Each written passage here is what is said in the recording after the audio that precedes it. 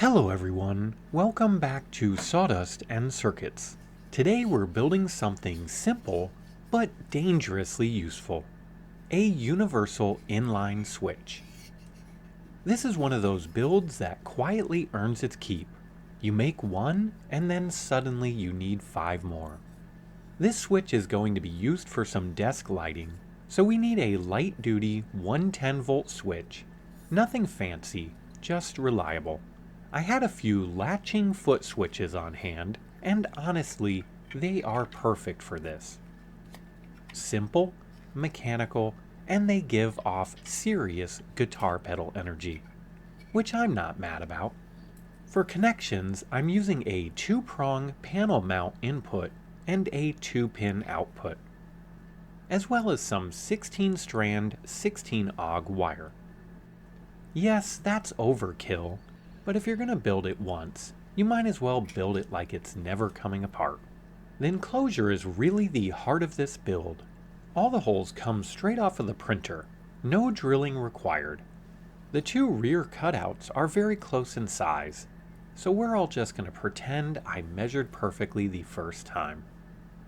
I also added vent slots on the side, just in case this enclosure gets recycled later into something high power. Future proofing or future excuses. Now for the wiring, this switch has 3 rows of terminals. You have a normally open, normally closed, and a common pin in the center. We connect our input hot line to the common pin and then run the output line to the normally open. After that, it's just a simple jumper and tying everything together. Nothing complicated, but it looks complicated enough just to feel satisfying.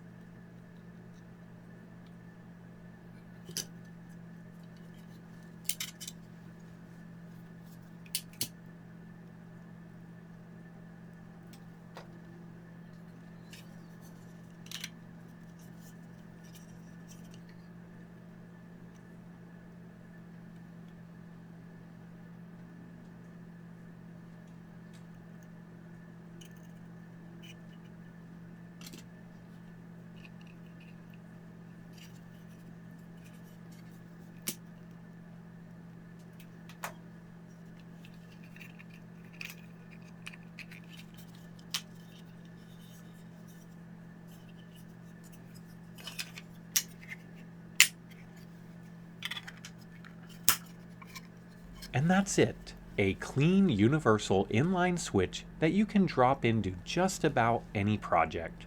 Lamps, tools, test rigs, or whatever weird idea you're cooking up. Honestly, it reminds me a lot of a guitar pedal, which means I may need to build 10 more.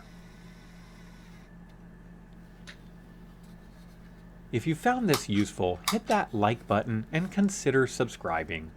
And let me know in the comments, what would you use this switch for? As always, thanks for watching, and I'll see you next time.